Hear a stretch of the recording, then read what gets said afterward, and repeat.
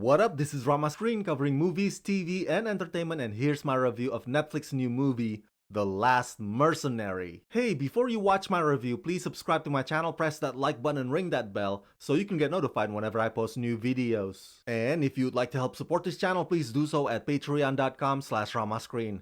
That's patreon.com/ramascreen. Let's rock this. As somebody who grew up a fan of Jean-Claude Van Damme, this latest movie of his breaks my heart. It breaks my heart, man, because The Last Mercenary is god-awful. It's long and dreadful, and it has only a few mildly exciting fights, while the rest are just an endless string of nonsensical chatter and an unbearable, atrocious comedy. Granted, Jean-Claude Van Damme's movies that I grew up watching in the 90s were not masterpieces. Come on now, just keeping it real here. But hey, they were at least fun and enjoyable. The Last Mercenary, on the other hand, is an absolute torture session. It's tough sitting through this film without your mind wandering off to a million other more productive things that you could be doing instead. And it's painful to see Jean-Claude Van Damme reduced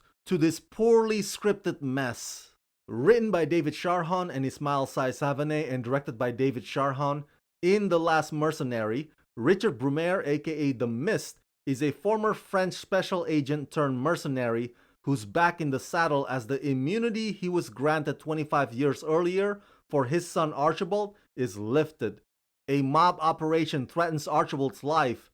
To save him, Richard will have to reach out to his old contacts to join forces with a bunch of reckless youngsters from the projects and an offbeat bureaucrat, but mostly find the courage to let Archibald know that he is his father. What's infuriating is that for the most part, this film does not allow Jean-Claude Van Damme to be the action star that he is. I mean, it's like they tied his hands behind his back. Why on earth would you cast an action man like Jean-Claude Van Damme as your lead if you're not gonna let him do what he does best? It's insane! It's absolutely nuts! To be fair, the premise actually has potential. An ex-agent who protects his son from afar, but then his secret's blown, so he's forced to investigate, all the while trying to bond with his estranged son. So this actually could have gone in a much more promising direction. But sadly, the script